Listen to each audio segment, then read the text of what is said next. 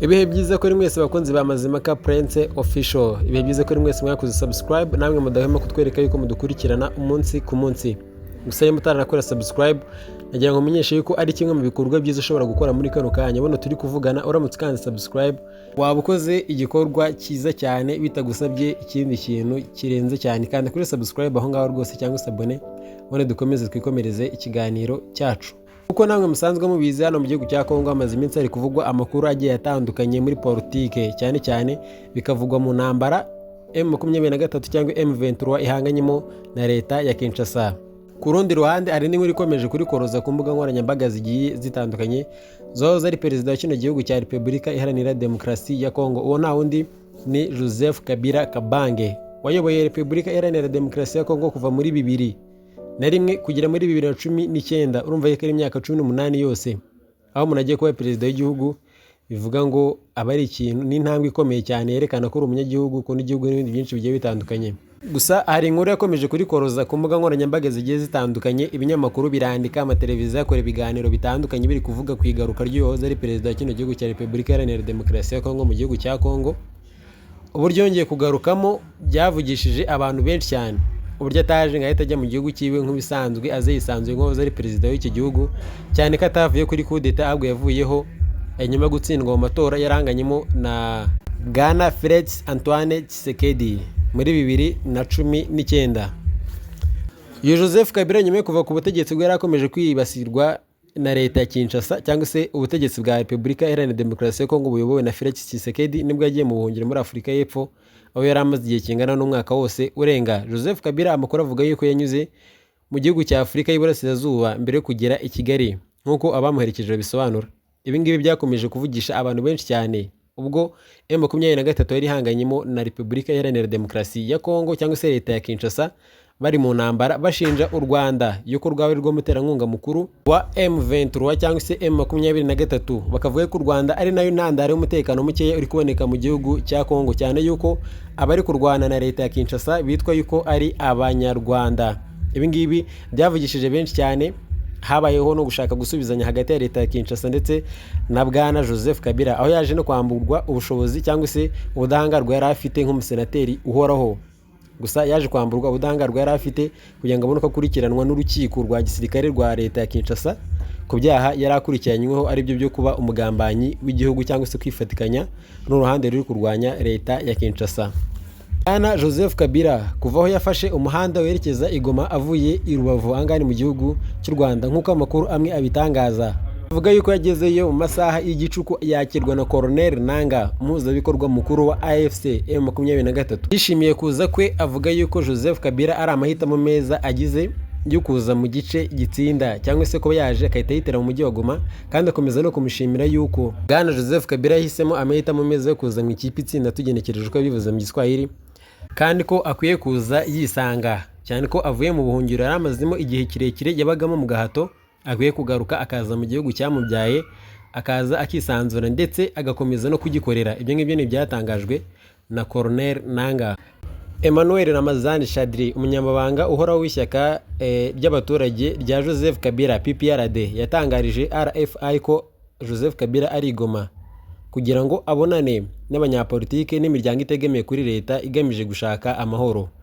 Ari na hano ngo avugane n'abafite intwaro, aribo ubwo ntabwo batangajwe barebo kuko uko dukesha amakuru dukesha kino kinyamakuru ntabwo cyavuze abo ngabo bitwaje intwaro Joseph Kabila ateganya guhura nabo. Emmanuel Ramazani, umunyamabanga uhoraho w'ishyaka rya PPRD rya Joseph Kabila, nk'uko akomeza kubitangaza, yavuze ko Joseph Kabila kandi ngo yiteguye kuzatanga umusanzu wiwe mu biganiro nabo nk'uko abasenyeri babigenje. Abo ngabo bari kuvuga ni abasirikare bitwaje intwaro cyangwa se abaturage bitwaje intwaro, nubwo hano batigeze bamentioninga abo ngabo yavuze ashaka guhura nabo, kandi yavuze yuko aje kubikora nk'uko buri wese yabikora mu kuza gukora ibiganiro byo kuganiriza imitwe yitwaje intwaro iboneka hano mu gihugu cya Kongo mu nzira gushaka amahoro arambye ya Repubulika Iharanira Demokarasi ya Kongo. Kandi Joseph Kabila akomeza avuga yuko iyi ngiyi ari inzira isi yose igomba kunyura, kandi akanenga cyane, agakomeza kunenga abafite amakuru cyangwa se ababona yuko leta ya Kinshasa cyangwa se ibyihishe inyuma y'umutekano muke uri kuboneka hano mu gihugu cya Kongo bakomeza kwirengagiza bakica amatwi bakanga kugira icyo babivugaho kugira ngo batabura akazi. Ibyo ngibyo ni byakomeje kugarukwaho n'uyu muvugizi w'iri shyaka rya PPRD riyobowe na Joseph Kabila. Uwo ngo nta wundi ni Emmanuel Ramazani Shadari. Emmanuel Shadari abajijwe niba nta ngaruka zizaba kuri Kabila i Kinshasa dore ko ishyaka ryiwe rya PPRD ryasheshwe. Nibuke yuko kugira ngo rino shyaka risheshwe ni ibihano leta ya Kinshasa yafatiye Joseph Kabila nyuma yo kumushinja icyaha cyo kuba umugambanyi w'igihugu.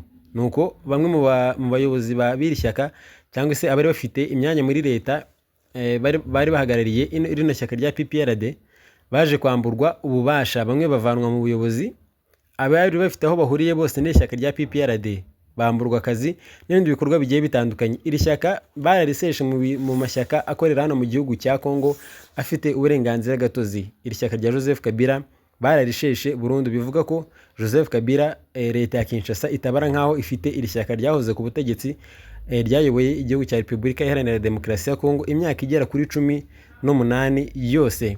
Emmanuel yavuze yuko Ramazani Shadari uyu nguyu umunyamabanga mukuru w'iri shyaka rya PPRD yatangaje ko hazavugwa amagambo menshi ngo Kabila ni u Rwanda, ngo n'uyu n'uyu, ati ibyo birarambiranye, ariko icy'ingenzi nuko ari mu bakinnyi ba politike bakomeye muri kino gihugu. Akomeje kubazwa niba nta mpungenge afite kuri Joseph Kabila kuko yagarutse hano mu gihugu cya Kongo kandi ari guhigwa na leta ya Kinshasa. Aravuga ati ibyo nta kintu na gitoya bivuze, cyane yuko Joseph Kabila ari umukinnyi mwiza mu bya politike kandi azi abanyapolitike bose bo muri kino gihugu ndetse no muri East Africa, bityo nta mpungenge na nkeya afite, ari gukora ibyazi mu yandi magambo. Muri disikuru ya Joseph Kabila yakomeje kurikoroza ku mbuga nkoranyambaga, ivuga abasesenguzi bavuga yuko ariyo ibaye iya mbere kuva Kongo yabona ubwigenge. Joseph Kabila yatangaje komisiyo yiwe ya mbere ari ukurwanya ubutegetsi bw'igitugu yasize ashyizeho ubwo yavaga ku butegetsi mu mahoro. Umutwe wa AFC M23 wo uratangaza ko imiryango y'umujyi wa Goma ikinguye ihaye ikaze Perezida Joseph Kabila uwahoze ari perezida wa Repubulika Iharanira Demokarasi ya Kongo. Mumbabarire ntabwo bavuze ngo perezida, uwahoze ari perezida Joseph Kabila. Imiryango yuguruye no kugira ngo yakire abandi baturutse hirya no hino bari bose biteguye gutanga umusanzu wabo muri AFC M23 ndetse no mu bindi bikorwa byose bigiye bitandukanye bishobora guteza imbere Repubulika Iharanira Demokarasi ya Kongo, gusa byose bigamije umwuka umwe wo guteza imbere abaturage b'igihugu cya Kongo. Ngaye nguko ibyo ngibyo ne biri kuvugwa hano mu gihugu cy'abaturanyi cya Repubulika Iharanira Demokarasi ya Kongo, by'umwihariko mu mujyi wa Goma. Gusa munyemere dusoreze kuri no nkuru noneho y'agahinda rwose, inkuru ibabaje cyane yabereye hano n'ubundi mu mujyi wa Goma. Abantu 3 bo mu muryango umwe bishwe bakubiswe n'inkuba birangira bahise bahasiga ubuzima. Abasore 3 bo mu muryango umwe bapfuye mu buryo bubabaje cyane bakubiswe n'inkuba ku muhanda wa Kabutembo muri komine ya Goma muri Kivu y'Amajyaruguru mu ijoro ryo ku cyumweru rishyira kuwa mbere ku itariki 26 Gicurasi muri uyu mwaka n'ubundi turimo. Nk'uko byatangajwe n'umuyobozi w'ako gace Dedesi Mitima, yavuze yuko yatangaje inkuru y'akababaro yabaye y'aba basore 3 bava mu muryango umwe bishwe bakubiswe n'inkuba, harimo uwiswe Fabrice Muhawe ndetse na Jado Muhawe ndetse Heshima Pandasi. Uyu nawe wahitanwe n'iyi mpanuka cyangwa se n'irisangane ryo gukubitwa n'inkuba.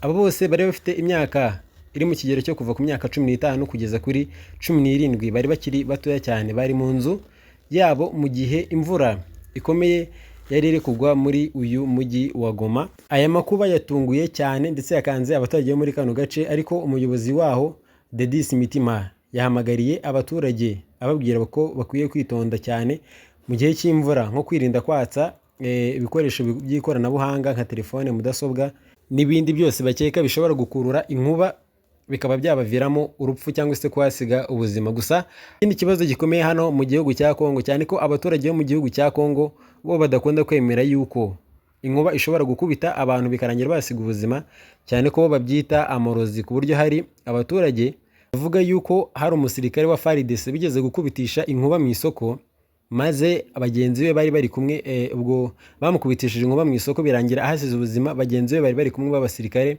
bahita batangira kwica abaturage, babamishamo amasasu, bica umubare mwinshi. Aho ngaho hapfuye abaturage bagera ku 10 bose mu rwego rwo guhorera mugenzi wabo wakubiswe n'inkuba.